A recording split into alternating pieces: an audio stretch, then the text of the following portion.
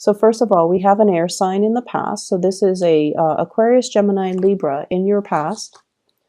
Also in your present. Aquarius, Gemini, and Libra, also in your future. And then we have a water sign, Pisces, Cancer, Scorpio, and Pisces, Cancer, Scorpio showing up in your future. This is quite interesting. I mentioned in the past that, you keep having this person that comes up, the Queen of Swords. So the theme for this week here is you kind of need to look at what is really, really giving you that emotional fulfillment, okay?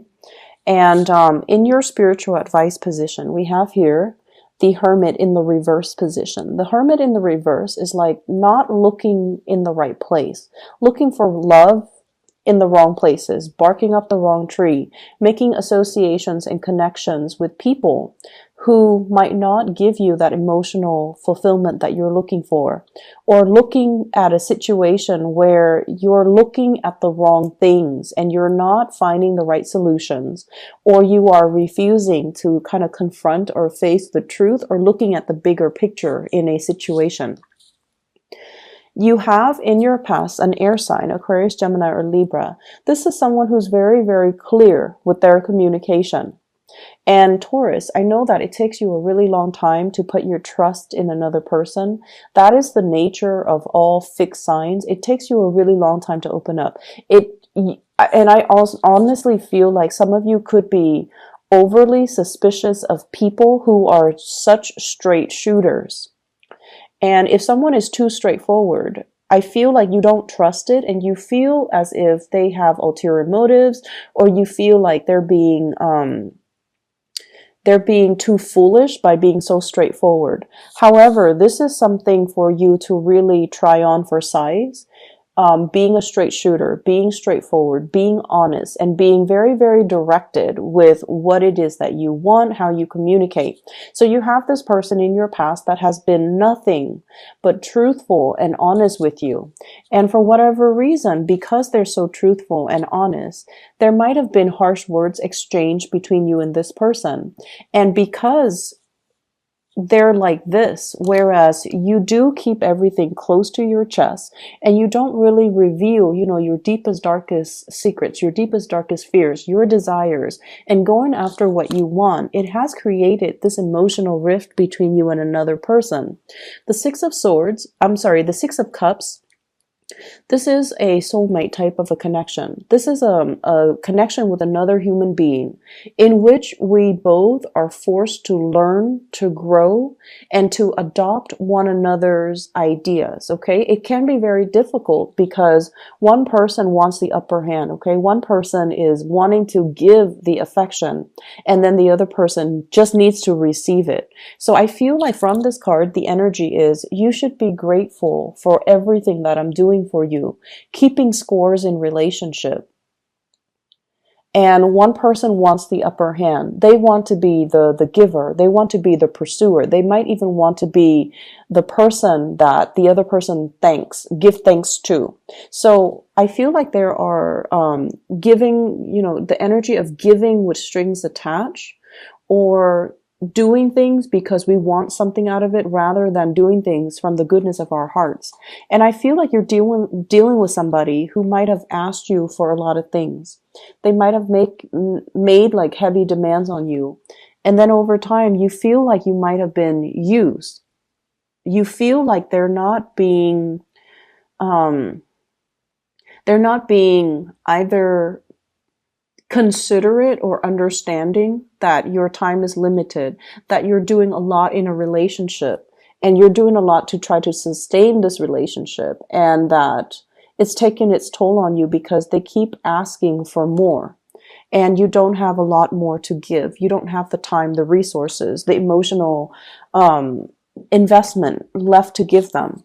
In the challenge position, we have here the Six of Wands. And the Six of Wands is indicating to me somebody who's very, very visible. Okay, so they're very, very visible in whatever way. They could be very famous. They could be, they're dividing their time between a lot of responsibilities and a lot of other people. And I feel almost like whenever we're so visible, we have to be really mindful about how we say things. We have to be really mindful about who we hang out with, how we communicate. We have to censor ourselves, and we can't really express ourselves exactly the way that we want. But I feel like at the bottom, like underneath the layers with this reading, it's about you not wanting to, it's sort of like conforming to social expectations, conforming to family expectations, conforming to the expectations of those around you, and not really authentically living in your truth. And on top of that, you have this added pressure of being very, very visible, where you are not free to act in the way that you know how. So the foundation here, we have the Emperor, which once again echoes the same theme. This is a person in a position of authority, and they're not going to overturn, years of tradition. They're not going to overturn a work environment. They're not going to be able to freely act, because it's going to affect everything around them. So I feel like in a way, you're kind of like this pillar of strength and stability. You keep the work situation, you keep the environment, you keep the home unit afloat. You're the person that everybody relies on. And so you're not free to behave and act and emotionally express yourself in the way that you want. You're not able to express bias. You're not able to be emotionally irrational because people depend on you for certain things. And so when you're dealing with this person, possibly the air sign, who wants you to emotionally express, who wants to connect with you, who wants a lot more attention from you, I feel like you are distancing yourself, mainly because the situation, the communication has been too emotionally draining. And then I'm also sensing as well, this person came into your life at a point when you might have had an emotional falling out with another person. So I have here a water sign, Pisces, Cancer, or a Scorpio, someone that is withholding their affection, or they are making very heavy emotional demands on you when you're not able to reciprocate. And I feel like you are caught between two people here, and it's like being caught between a rock and a hard place. One person sees you as someone who's not capable, and the other person really boosts your self-esteem and makes you feel like you can achieve greatness. Okay, I honestly don't know which is which, but I do feel like this air sign, straightforward, and this water sign might be a little bit clingy, codependent, and they're very loving. Water signs are incredibly nurturing, loving, but they're also very emotionally demanding on you, on the people that they love. And so I feel like one person boosts you up, the other person might tear you down. And it's not, the fact is, I feel like there's a switcheroo, there's like a switch in the energies, okay? Because this is upright, but in the outcome position, it's in the reverse. And then this is in the reverse. In the outcome position, they have redeemed themselves and they're moving upright. So it's quite interesting the way that the energy plays out. In your advice position, we have here the Hermit. And this fell out, I believe, for Aries too. So I'm going to clarify for you because I want to see what this is relating to. What are they not seeing, and what do you want them to know about their spiritual advice? Okay, so we have here the King of Pentacles. This is somebody who cares about earthly possessions, who can be a little bit on the materialistic end, and who cares about financial stability. So Taurus, you are the, I want to say like, when your financial foundation is very, very rocky, I feel like you heavily identify your self-esteem, your competence, and your confidence level greatly with the financial resources that you own. And when it's we have as well the Three of Wands in the reverse. It's almost like you're dealing with a different type of a person. You're dealing with somebody who is like a nomad. They can travel with less. When a situation becomes too difficult, they just pick up and go. They're not bound to earthly possessions. They're not bound to, I'm going to stay and work things out. So I feel like they just up and bounce. Not because they are flaky or unreliable, but because they would rather have peace of mind and be alone and be happy than being stuck in a situation where they're carrying the brunt of the relationship and their partner is not understanding. So I feel like you're dealing with a different breed of people and you're not used to it. So with the Hermit in the reverse is you're not seeing this situation for what it is. The other person doesn't care about how much money you make. They don't care about you being stable. They see you as an equal partner and they see you on the same level playing field as them.